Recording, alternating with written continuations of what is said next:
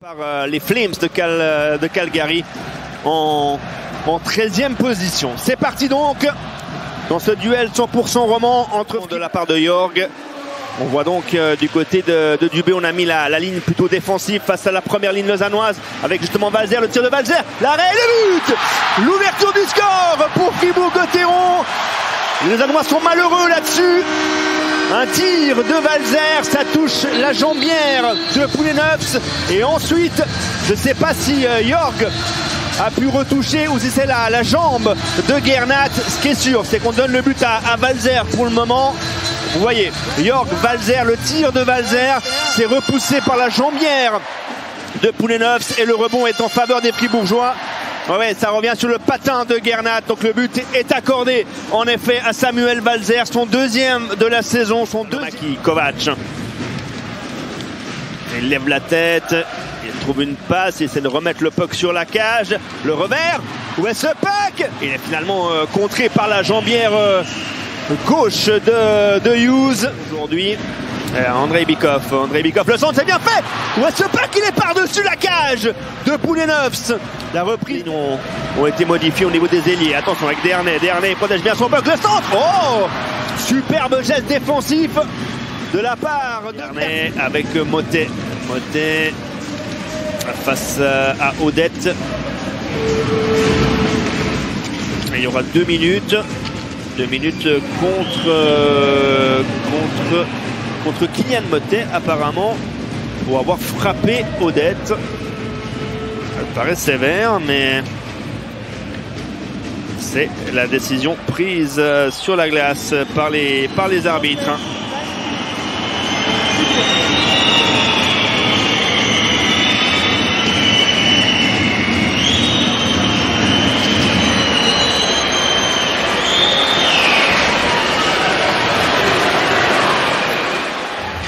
C'est une canne qui a fini entre les jambes de Odette en se retournant. Il y a quand même un petit geste, c'est vrai, entre les jambes de Fuchs. Kovac, on fait circuler le puck, mais on ne trouve pas de ligne de tir pour le moment. Avec peut-être Ria, le centre de Ria pour Sekac. Et l'arrêt. Très bel arrêt de la part de Gennady. Un mauvais contrôle de Kovac. Gennady, le tir. La transversale trouvée par Gennady. Avec un nouveau tir de la part de Kovac, Ria, le centre, le tir et le but signé Sekac. Et je sais pas du tout si Julien Sprunger était déjà sur la glace. Donc c'est un but à 5 contre 4 signé Sekac. Sekac qui marque son 3e de la saison, son 2e en powerplay.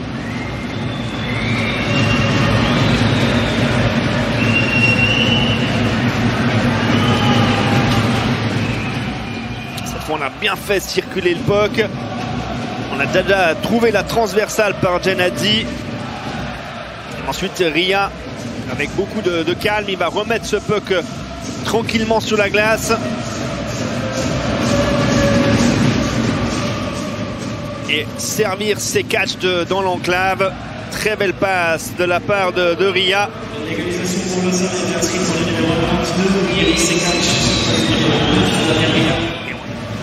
Bikov pousse le puck derrière la cage, ça revient sur Andrei Bikov, le tir, la déviation de la canne sur la tentative de Marchand. On va voir comment Christian Dubé va remplacer Kylian Motet dans sa première ligne avec Sprunger et Dernay.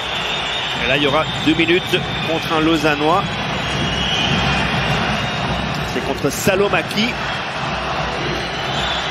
Dernay qui vient encore une fois protéger, défendre le coéquipier touché par l'adversaire, par le Finlandais de 29 ans, drafté en 2011 par les Prédateurs de Nashville. Ah ouais, pour cette charge dans le dos.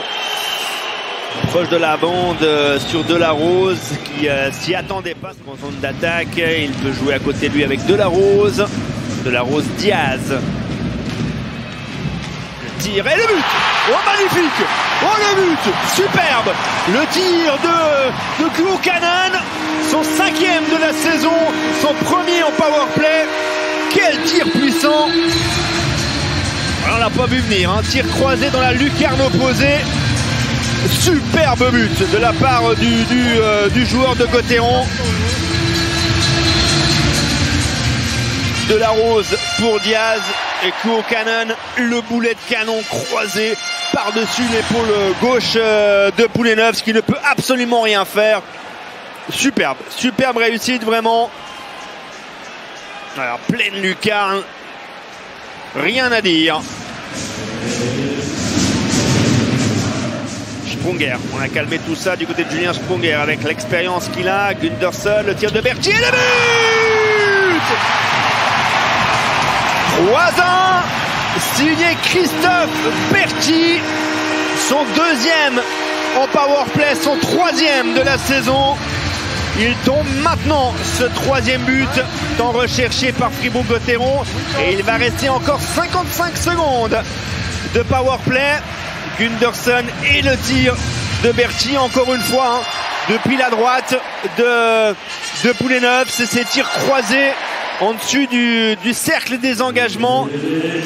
Et Jelovac qui essaie pourtant de bloquer le shoot, de se faire le plus gros possible. Mais le tir est en une. Et lui pour Salomaki qui a pu récupérer le puck. Salomaki, le tir, le poteau! Le poteau trouvé par Salomaki.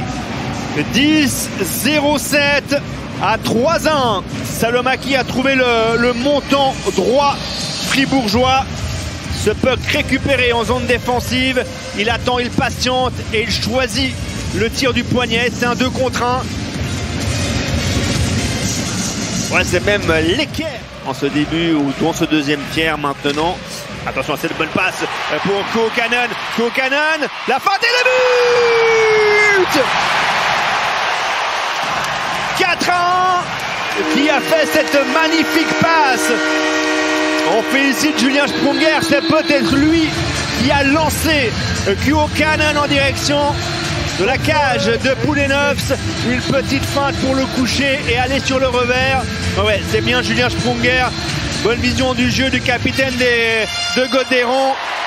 La feinte pour partir à gauche et ensuite revenir à droite et mettre le puck entre la jambière et le poteau. Et c'est donc 4-1 maintenant pour Fribourg-Gotteron. Ayeker qui avait perdu la sienne. On va faire mettre un défenseur avec une canne. Attention avec le tir à la but signé Kovac, son 6e de la saison, le meilleur buteur lausannois. Superbe réussite en back-end. À 3 minutes 32 de la fin de cette période. Lausanne revient 4-2. On assiste à un très très bon derby, vraiment, avec beaucoup d'émotion. Ouais, superbe geste de la part de Kovac et qui passe ce puck juste par-dessus la jambière gauche, à hauteur de la hanche du gardien. Ce sont des endroits qui sont maintenant bourgeois, les amener sur le côté droit de l'attaque lausannoise, et ça fonctionne avec Sekac. Sekac en retrait, le tir de Gelati. Oh, quel arrêt de la part de Connor Hughes, c'est pas terminé. Sekac, attention, et un deuxième arrêt de la part de Hughes. Opération Fuchs, 30 secondes. Fuchs pour Kovac, le centre, le tir, et encore Connor Hughes. Il est exceptionnel là, deuxième attaquant. Et c'est un joueur qui est un renfort, en tout cas sur cette saison pour Lausanne. Attention avec le tir et le but signé Christophe Berthier, qui réalise lui aussi le doublé.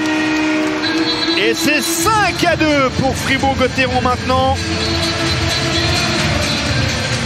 On a laissé trop d'espace à l'ancien joueur de Lausanne.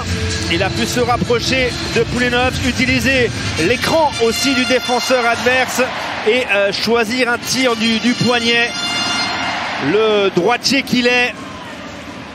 Et un tir par-dessus l'épaule gauche, je crois, de Poulenovs. Ouais, ou peut-être encore une fois, juste en dessus de la jambière, vers la hanche. Ces fameux tirs choisis maintenant de plus en plus par les Allemands match. C'est pas une mauvaise prestation d'ailleurs ce soir. Donc c'est pas fini avec Genadi, le tir, le tir. Et c'est finalement repoussé par le gardien.